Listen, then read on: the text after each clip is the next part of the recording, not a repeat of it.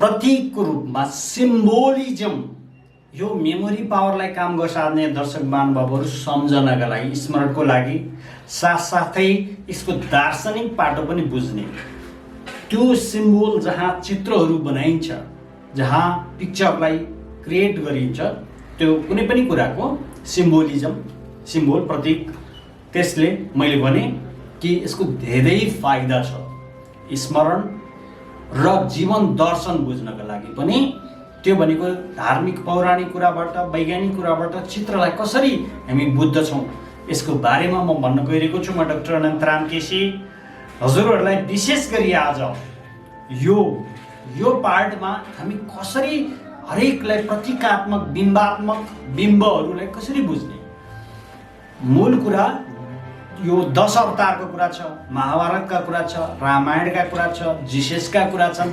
जति पनि धार्मिक आध्यात्मिक अथवा रहस्य मिस्टिक भनौँ न रहस्यवादी रहस्यका कुराहरू कसरी बुझ्ने एउटा प्रतीकता चाहियो एउटा मान्यता चाहियो। जस्तो नेपालको पनि नक्सा छ होइन, नक्सा के त्यहाँ गएर चाहिँ कोरेर बस्या त होइन, एउटा इमेजिन गरेर गरेको छ हो। यस्तो मेमोरी पावर राइट ब्रेन ब्रेनको शक्ति बढाएर स्मरण शक्ति बढाउने इमेज भिजुअलाइजेसनको कुरा आफ्नो ठाउँमा छ as a part of memory visualization right brain.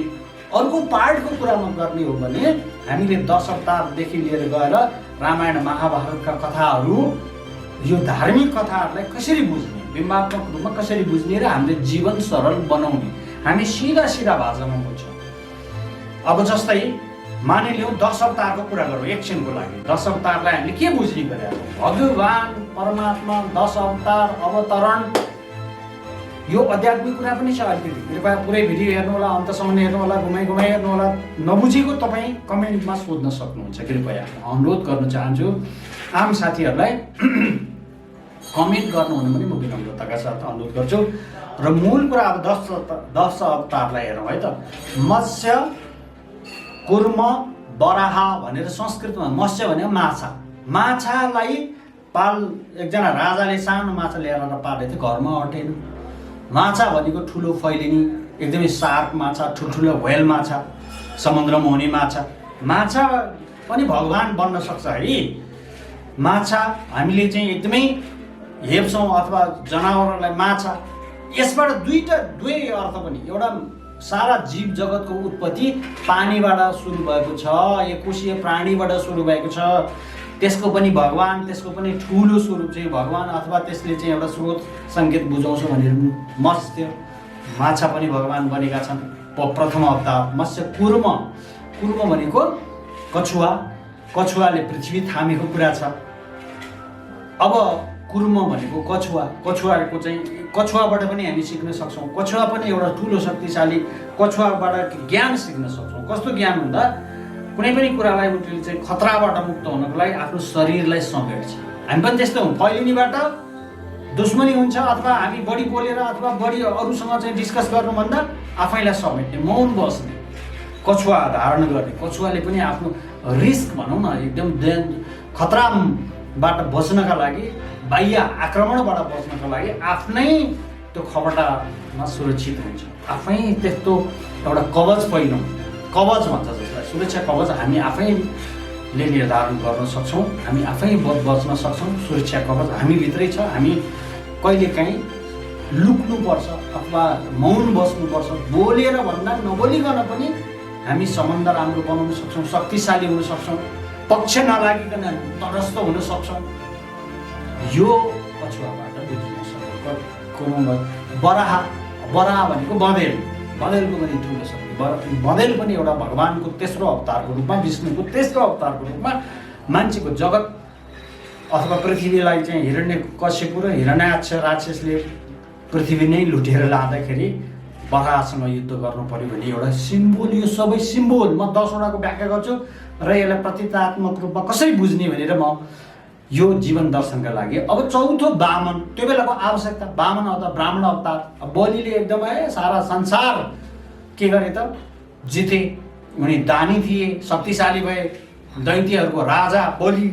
अब देवताहरूलाई परेको छ हेर्नुहोस् त, कुनै कुलमा कस्तो पनि खराब कुलमा पनि राम्रो मान्छे आउँछन् भन्ने हिसाबले त्यो सिम्बोलिक रूपमा बुझ्नु पर्यो। एउटा बलिलाई बलि त एकदम फेरि त भगवानको भक्त, उसलाई फेरि लडाएर अथवा युद्ध गरेर मार्नु पनि भएन।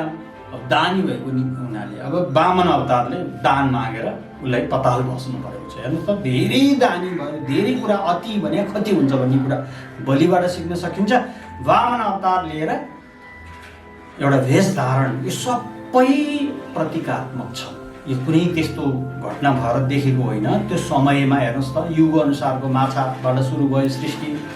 माछा, कछुवा, बँदेल, यो जङ्गल, बँदेल भएपछि जङ्गल त्यहाँबाट पनि विकसित भएपछि यो विज्ञान चार्ल्स डार्विनकोसँग पनि छ, विज्ञानसँग पनि मिल्दोजुल्दो छ। समयअनुसारको भगवान्ले पनि अवतार लिने। हेर्नुहोस् त, अब वामन पनि त्यो अवतार। अब पाँचौँ गएपछि चाहिँ नरसिंह। यहाँ अझ पाँचौँ अवतार इट्स भेरी इम्पोर्टेन्ट, महत्त्वपूर्ण छ। जुन चाहिँ कुरा असम्भवलाई सम्भव बनाउन नरसिंह अवतार। खम्बफोडी प्रकट भए भनेर छ नि, खम्बबाट तेरो खम्बमा पनि छ त भगवान् भनेर चाहिँ हिरण्यकशिपुले प्रह्लादलाई, भक्त प्रह्लाद आफ्नै छोरालाई, आफ्नो छोरालाई फेरि अचम्म निस्के, प्रह्लाद निस्के भगवानको भक्त। अनि खम्बफोडी तेरो सबैतिर भगवान्, सबैतिर भगवान्, सबैतिर विष्णु, उसको विरोधीको कुरा गरिरहँदाखेरि, हिरण्यकशिपुको विरोधीको कुरा गरिरहँदाखेरि अब यहाँ पनि छन् भगवान्, यहाँ पनि प्रकट हुन्छ भनेर चाहिँ प्रकट नै भए। नरसिंहको सिंह, नर माथि मान्छे, तल सिंह। ल अब यो असम्भवलाई सम्भव बनाउन नरसिंह जस्तो अवतार, जहाँ रोग शोक कतिपय कुरा, कुशासन, भ्रष्टाचार, यो त जानै सक्दैन। त्यो मान्छेसँगै आयो, सृष्टिसँगै आयो नराम्रो पक्ष। अब त्यसलाई नरसिंह अवतार जस्तो एउटा अवतार नलिए सम्भवै छैन। त्यसैले आर्य दर्शन महानुभावहरू यसको सिम्बोलको रूपमा अझै केही म बताउँदैछु। यो जीवन दर्शन हामीले हरेक कुरालाई सिम्बोलिक रूपमा बुझौँ। एउटा मेमोराइज गर्नका लागि अघिका शास्त्र, धर्मशास्त्रमा अघिका विद्वानहरूले, ऋषिमुनिहरूले यो सबै सम्झिराखुन् भनेर बिम्बात्मक प्रस्तुति गरेका थिए। त्यताबाट यो मेमोराइज हुन्छ दिमागमा। नरसिंह भनेपछि हाम्रो चित्र कस्तो आउँछ? भक्त प्रह्लादसँग आयो, खम्बफोडी प्रकट भए। अब हरेक असम्भव वरदान मागेको थियो हिरण्यकशिपुले। अब त्यो असम्भवलाई सम्भव बनाउन के निस्किनु पर्यो? त्यस्तै खालको अर्को शक्तिशाली हुनु पर्यो। यस, हाम्रो जीवन पनि त्यस्तै छ। रोग गइरहेछ भने गइरहेको छैन, गरिबीले छोडेको छैन भने, रोगले छोडेको छैन भने, सम्बन्धमा एकदम दरार जति गरे पनि हुँदैन भने अब यस्तै खालको उपाय अपनाउनुपर्छ भन्ने एउटा सङ्केत पनि त हो नि। सङ्केतको रूपमा, बिम्बको रूपमा बुझौँ। हामी संसारका कुनै पनि कुरा सम्भव छ अथवा असम्भव भन्ने नै छैन भन्ने कुराको प्रमाण नरसिंह अवतारबाट बुझ्न सकिन्छ। यसरी बुझ्यो नि, त्यसलाई ठ्याक्कै त्यस्तै भयो भन्ने कुराको त कथा लेख्या हो। लेजेन्डरी लेजेन्ड भनेको हाफ ट्रुथ हाफ चाहिँ के हुन्छ, स्टोरी हुन्छ। त्यो लेजेन्ड भनेको आधा मात्रै सत्य हुन्छ। हुनु पनि सक्छ त्यो इतिहासमा, नहुनु पनि सक्छ। भयो भने कमसेकम यस्तो थियो भने एउटा कल्पनाबाट कथा बनाएको हाम्रो जीवनको उत्थानका लागि। त्यसपछि विकसित भएर नरसिंह चाहिँ त्यस्तो खालको एउटा अवतार, अद्भुत खालको पाँचौँ अवतारको रूपमा यसलाई चाहिँ त्यहाँ अब नङ्ग्राले, उसको हतियार नहुँदा नङ्ग्राले गर्नुपर्ने थियो। साँझ भनेको हेर्नु त, बिहान नि होइन, दिउँसो पनि होइन, राति पनि होइन, साँझको बेला अर्को समय पनि त थियो। सन्ध्या भने जस्तो समय हो। अनि त्यस्तै गरी अब जमिनमा पनि होइन, काखमा राखे। अब यो मैले धेरै यो अवतारको बारेमा प्रवचन दिन खोजेको होइन। आनन्द दर्शन महानुभावहरू मूल कुरा सङ्केतको रूपमा बुझ्नु। अब म 6औँ अवतारको रूपमा परशुरामको अवतार। परशुराम ऋषिमुनि, ऋषा खालको। अब कार्तिकेय एकदमै ठुलो राजा, ब्राह्मणहरूलाई ऋषिको चाहिँ जङ्गलमा नष्ट गरे, गाई चोरेर ल्याए। ऋषिलाई नै, ऋषिको जुन परम्परा गुरुकुलको थियो त्यो नष्ट गर्न खोजिएपछि परशुराम जस्तो जन्म। उनले चाहिँ क्षत्रिय वंश नाश गरे। शक्तिशाली, ज्ञानी पनि थिए, शक्तिशाली पनि थिए। हेर्नुहोस् त, त्यो समयमा टाइमले जन्माउने कुरा हो। समय, नेतृत्व भनेको यो नेतृत्वको कुरा पनि आउनु यसले बुझाउँछ। समयअनुसारको नेतृत्व आउँदो रहेछ। रामपछि, परशुरामपछि 7औँ अवतारको रूपमा श्रीराम। अब परशुराम पछि परे। यो पनि कुरा हामी नेतृत्वले बुझ्दैनौँ कि समयले चाहिँ कस्तो खालको चाहिँ नेतृत्व, कस्तो खालको चाहिँ व्यक्तित्व, कस्तो खालको अवतार यो समयले ल्याउँदो रहेछ नि त। त्यसपछि गएर सातौँमा कृष्ण जस्तो एकदमै सबै कुराले एकदमै हँसिलो महिला शक्तिलाई गोपिनीहरूको कृष्ण चरित्र महाभारतका कुरा अब त्यो समयले द्वापर युगमा कृष्ण सातौँ आठौँ अवतारको रूपमा अब बुद्ध जस्तो ज्ञानी बुद्धत्व प्राप्त गर्ने ध्यानबाट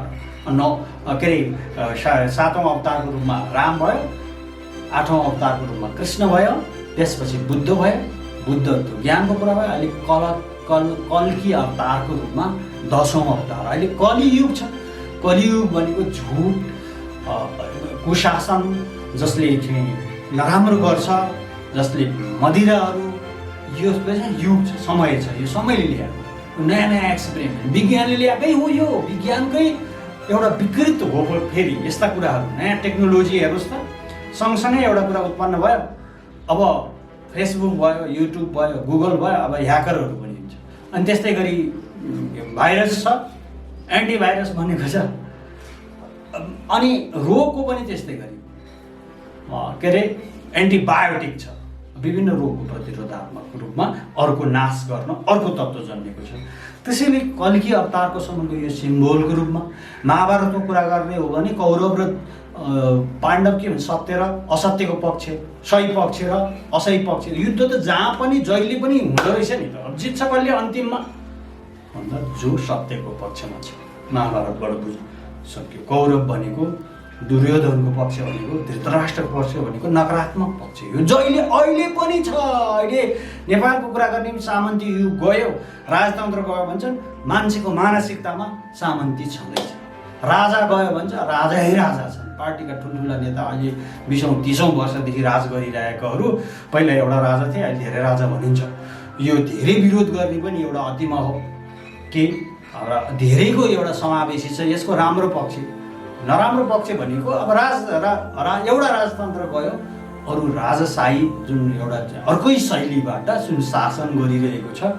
अब परम्परा के अरे सामन्ती सोच हुन्छ नि, हाइकम जसको ठुलो पार्टी ठुलो दल बनायो, त्यसैले चलाउने हो। त्यसैले चलाउने हो। त्यसकै माथिका टप मान्छे कसरी हुने, फेरि सबैलाई तल पारेर सबैलाई आफूलाई खिचेर गर्ने हो। यो नकारात्मक पाटो हो। सकारात्मक पाटोको कुरा गर्ने हो भने यसको पनि सकारात्मक डेमोक्रेसी सबैलाई समावेशी धेरैलाई छ। पहिला थोरैलाई थियो फाइदा पनि, अहिले धेरैलाई फाइदा छ। पहिला थोरै विकास हुन्छ, अहिले धेरै विकास हुन्छ। यसको मैले यसमा राजनीति भन्दा पनि नेतृत्वको कुरा गरिरहेको छु यसमा, र सिम्बोलिक कुरामा बुझौँ। मैले कुरा गर्दा त स्मरणको कुरा गरेँ। अनि दर्शक महानुभावहरू मेमोरी यो पिक्चर बनाउने तरिका एउटा पनि हो। जीवन दर्शन बुझ्ने एउटा हरेक कुरालाई गणेश भनौँ, गणेशजीको भगवान्का मूर्तिहरू, गणेशकै कुराहरू गरौँ। गणेश भने गुरु गणेश भनिन्छ, किन सुरुवातबाट सुरु गर्नका लागि त्यो सिम्बोल हो। ठ्याक्कै टाउको काटेर गणेश हात्ती राख्यो भने यो सबै कथात्मक कुरा हो। त्यसबाट के बुझ्नु पर्यो, कानको ठुलो कान हुनुपर्छ, सुन्नुपर्छ, घ्राण शक्ति हुनुपर्छ, के अरे चाहिँ सुँगेर थाहा पाउने, धेरै सुन्नुपर्छ, कान, आँखा सानो ध्यान गरेपछि र आँखा ठुलो गर्नु भनेको रिस क्रोध हो। मलिना आँखा गर्नु भनेको चाहिँ ध्यान, शान्त हुनु। अब यो गणेशजीबाट सिम्बल पाइन्छ। देवीको आफ्नै सिम्बल छ। काली देवीको माताको चाहिँ रिसाएको बेलामा देवी आफ्नै महिलाहरू कति शक्तिशाली हुन्छन्, पृथ्वी धरती। यो जम्मै सङ्केतात्मक रूपमा धार्मिक कुराहरूलाई ज्ञानवर्धक रूपमा बुझौँ। यसको सङ्केत ठ्याक्कै त्यसैमा उदाहरणमा त्यही थियो भनेर अल्मलिनु परेन। सुस्तानीका कुरा गरौँ, बुद्धको कुरानका कुरा गरौँ, त्रिपिटकको कुरा गरौँ, इस्लामको कुरानको कुरा गरौँ, बाइबलको कुरा गरौँ, यी सबै कथात्मक रूपमा समेटेर मान्छेको जीवन सरल बनाउनलाई आएको विषयवस्तु मैले हजुरहरूको माझमा प्रस्तुत गरेँ। र जाँदै अन्तिममा हजुरहरूले लाइक कमेन्ट सेयर गर्नुभयो भने बढी उत्साहका साथ मेरो उत्तर भिडियो लिएर आइरहन्छ। अहिले भने धेरै